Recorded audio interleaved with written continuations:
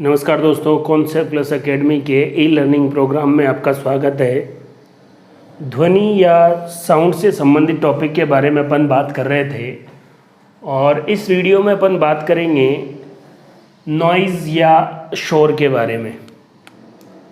किसी वस्तु से जनित सामान्य जो आवाज़ है उसको ध्वनि कहते हैं। दोस्तों याद रखें, अपन बिल्कुल बेसिक्स चीज़ों से बात कर रहे हैं और रीट सेकेंड लेवल साइंस में किस तरीके की चीज़ें कहाँ तक क्वेश्चन आ सकते हैं वो कंप्लीट चीज़ें आपको वीडियोस में मिल भी रही है। जब ध्वनि की तीव्रता अधिक हो जाए, अब तीव्रता क्या होती है अपन बात कर चुके हैं, तब वह कानों को प्रिय नहीं लगती है और इसे क्या कहते हैं, शोर कहते हैं। सबसे बड़ी महत्वपूर्ण बात यह है दोस्तों कि वायु प्रदूषण नियंत्रण अधिनियम 1981 में लागू हुआ। उसके 6 साल बाद 1987 में शोर प्रदूषण को भी किसमें शामिल कर लिया गया, वायु प्रदूषण में। वायु प्रदूषण अधिनियम कब, नियंत्रण अधिनियम, और किस साल शोर प्रदूषण को वायु प्रदूषण में शामिल कर लिया गया। एक और डेफिनेशन है शोर की, नॉइज़ की ही, कि उच्च तीव्रता वाली अवांछित तथा संगीत गुण से रहित ध्वनि जिसमें म्यूजिक जैसा कोई सिस्टम नहीं हो, वरना तो म्यूजिक तो ज़्यादा तीव्रता में भी बजाया जाता है तो भी लोगों को अच्छा ही लगता है। उसको शोर क्या है, उच्च तीव्रता वाली अवांछित तथा संगीतमय गुण से रहित ध्वनि को शोर प्रदूषण या शोर कहते हैं। ध्वनि विज्ञान को श्रवण विज्ञान या एकोस्टिक्स कहा जाता है। आप खुद समझ रहे हैं ध्वनि किसे कहते हैं। अधिनियम वाली बात आपको याद रखनी है। श्रवण विज्ञान या ध्वनि विज्ञान को श्रवण विज्ञान या अकॉस्टिक्स वर्ड भी इस्तेमाल किया जाता है। और ये अपन बात कर चुके हैं, ध्वनि की प्रबलता की जो इकाई है वो है डेसिबल। शोर को 3 प्रकार या 3 प्रकारों में बांटा गया है स्रोतों के आधार पर। प्राकृतिक स्रोत द्वारा, जीवीय स्रोत द्वारा और कृत्रिम स्रोत के द्वारा। बादलों की गड़गड़ाहट प्राकृतिक, उच्च वेग वाली जो वायु के कारण हरिकेन, झंझावात, थंडर स्टॉर्म ये बन जाते हैं, इनकी जो आवाज़ है वो है प्राकृतिक शोर। जीवीय जो शोर है वो है जैसे हाथी का चिंगाड़ना, शेर का दहाड़ना, कुत्ते का भौंकना, ये जीवीय स्रोतों से प्राप्त जो ध्वनि है उसका शोर है। और कृत्रिम स्रोत संगीत यंत्रों के द्वारा भी, अगर आप ज़्यादा वॉल्यूम में बजाएंगे, वायुयानों के द्वारा और कारखानों में जो मशीनें हैं उनके द्वारा।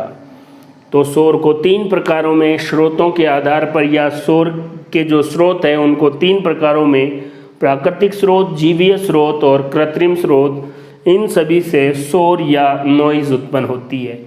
तो अभी जो इसमें अपन बात कर रहे हैं और आपको कॉम्पिटिटिव एग्जाम के बेसिस से सोचना है, तो वायु प्रदूषण अधिनियम कब, शोर प्रदूषण को वायु प्रदूषण में कब शामिल किया, ध्वनि विज्ञान को किस नाम से, मात्रक इकाई, और एक कुछ जनरल बातें जो आपको वैसे भी समझनी चाहिए, याद रखना ज़रूरी है।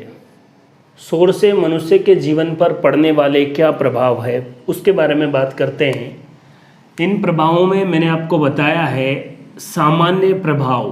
पहला प्रभाव दोस्तों, सारे वीडियो अगर आप देखेंगे तो आप ये अच्छी तरीके से जान चुके हैं कि हमें केवल और केवल हमारे एग्ज़ाम के अकॉर्डिंग अच्छी तरीके से प्रिपेयर होना है। फालतू की एक भी बात, एक सिंगल लाइन ऐसी नहीं है जो हमें उसकी ज़रूरत नहीं है। यहाँ देख लीजिए। दूसरा है श्रवण संबंधित प्रभाव, तीसरा है मनोवैज्ञानिक प्रभाव और चौथा है शारीरिक प्रभाव। शोर से मनुष्य के जीवन पर क्या क्या प्रभाव पड़ेंगे, बिल्कुल जनरल बातें हैं। सामान्य प्रभाव, बोलने में अवधान या व्यवधान आएगा, चिड़चिड़ापन या नींद में कमी आ जाएगी। श्रवण संबंधी प्रभाव में श्रवण क्षीणता, सुनने की क्षमता कम हो जाएगी। हियरिंग इम्पेयरमेंट, किसी भी व्यक्ति को 80 डेसिबल से अधिक तीव्रता की ध्वनि का सामना करना पड़े तो 10 साल तक, अगर लगातार 10 वर्षों तक उसकी स्वर्ण क्षमता में 15 डेसिबल तक क्या हो जाएगी, क्षीणता या कमी आ जाएगी।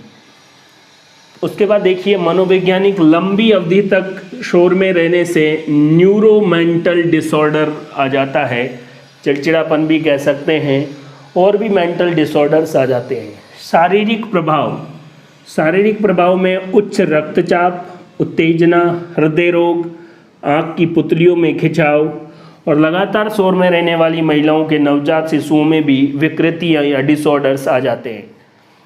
इस शोर को कम करने के क्या उपाय है? 2 तरीके हैं, ध्वनि व शोर की तीव्रता को कम करके या ध्वनि और शोर का नियंत्रण करके। 2 तरीकों से अपन शोर को कम कर सकते हैं।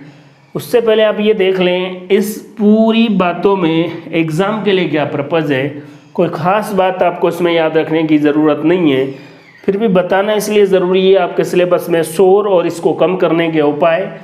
तो अभी जीवन पर क्या प्रभाव पड़ रहा है, कम करने के उपाय, ध्वनि और शोर की तीव्रता कम करके और ध्वनि और शोर को नियंत्रण करके। 2 उपाय है, कैसे करेंगे उसके बारे में भी बात करेंगे।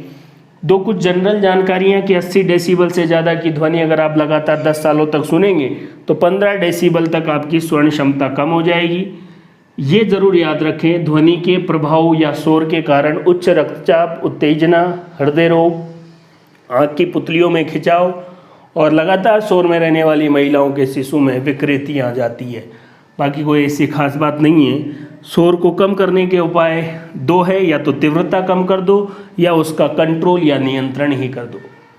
बहुत ही जनरल बातें, ध्वनि का अवशोषण करने वाले यंत्रों को मशीन के चारों तरफ लगा दें ताकि उससे शोर का जो तीव्रता है उसको कम किया जा सके। साउंड प्रूफ सामग्रियों का प्रयोग करके, श्रोता अपने कानों में प्लग या रुई का प्रयोग करके तीव्रता को क्या कर सकता है, कम कर सकता है। सड़क किनारे हरे वृक्षों की जो कतार होती है उसको, कतार को खड़ी करके ध्वनि की तीव्रता को 10 से 15 डेसिबल कम कर सकते हैं। एग्ज़ाम के पर्पज़ से ये बात ज़्यादा इम्पॉर्टेंट है दोस्तों, ये ठीक है आप पढ़ लें, लेकिन सड़क के किनारे हरे वृक्षों की कतार लगाने के पीछे शोर प्रदूषण को कम करना भी है। इसके बाद अपन यहाँ देख रहे हैं शोर का नियंत्रण, मशीन के जो कल पुर्जे हैं उनकी अच्छे से मरम्मत हो, ग्रीस हो, टाइम पर सर्विस हो, और लाउड स्पीकर या रिकॉर्ड प्लेयरों का प्रयोग करने वाले जो लोग हैं, डीजे बजाने वाले हैं, उनको समझा बुझाकर या प्रभावी जो भी निषेधात्मक कानून है उसके द्वारा उनको बोला जाए कि भाई अब आप ज़्यादा डीजे मत बजाइए, परेशान मत कीजिए। इसके लिए कानून भी बन चुका है, उसके बारे में आपको पता भी है। जो शहरी क्षेत्र है उनमें रात के 10 बजे बाद कोई भी डीजे या ऐसा कोई लाउड स्पीकर नहीं बजा सकता जिससे शोर प्रदूषण हो। और अभी मैंने बात ही किया था, वायु प्रदूषण में ही शामिल कर लिया गया किसको, शोर प्रदूषण को। इन सभी बातों में एक बात ये भी है, घर में जैसे आप पर्दे लगाते हैं उनसे भी जो गूंजने वाली है, रूम के अंदर आवाज़ टकरा के रीवाइब्रेट होके आती रहती है, तो उसको भी कम करते हैं कौन, पर्दे।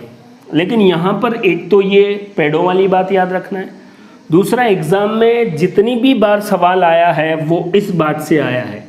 शोर मैंने आपको बहुत सारी बातें बता दी, वैसे भी आप इस पूरे वीडियो को बड़े ध्यान से देखेंगे तो आपको पता लगेगा कि ऐसी कोई बात नहीं है जो आपको नहीं पता है, लेकिन आपके सिलेबस में है। टू द पॉइंट अपन बात कर रहे हैं, सिस्टमेटिक जो भी चीज़ें हो सकती है आपको मिल रही है, लेकिन एग्ज़ाम में क्वेश्चन आपको क्या करना है, एनसीईआरटी के अकॉर्डिंग मैंने ये बातें बताई है।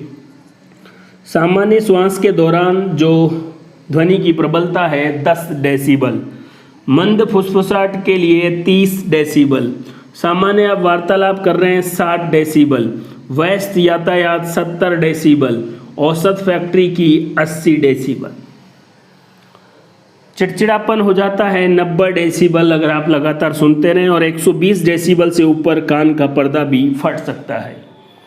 तो ये सामान्य जो आप बात कर रहे हैं ये 60 डेसिबल। व्यस्त यातायात, इसमें भी ज़्यादा आप टॉ पी पा ऐसे करते रहेंगे, सुनते रहेंगे तो भी आप इरिटेट हो ही जाते हैं। तो ये था शोर और शोर को क्या नुकसान है शोर की वजह से, और शोर को कम करने के, नॉइज़ को कम करने के क्या तरीके हैं। लेकिन जितनी भी बार एग्ज़ाम में क्वेश्चन आया है, ये रेंज पूछी गई है दोस्तों, तो इसको आप बड़े ध्यान से देख लें, इसको याद ही कर लें। पिछली बार के एग्ज़ाम में भी यही पूछा गया था, सामान्य वार्तालाप या आपके कानों को तकलीफ 60 डेसिबल और ज़्यादा से ज़्यादा 80 डेसिबल के बाद तो नुकसानदायक है ही है। और कौन से ईयर में शोर प्रदूषण को वायु प्रदूषण में शामिल कर लिया गया, पेड़ों की कतारें सड़क के किनारे किनारे क्यों लगाई जाती है, कुछ जनरल बातें भी है जो भी आपको याद रखनी है।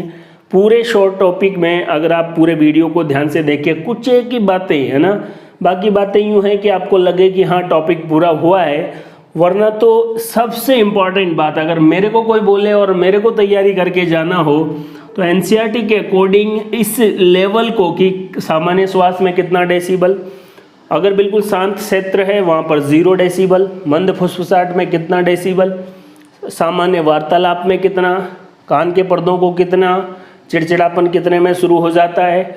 वैसे भी 60, 70, 80 के बाद जितनी भी डेसिबल होगी उससे अपने को नुकसान, क्या क्या नुकसान है वो मैंने आपको बता दिए। तो इन चीज़ों को बड़ी क्लियरिटी के साथ पढ़ें और याद करें।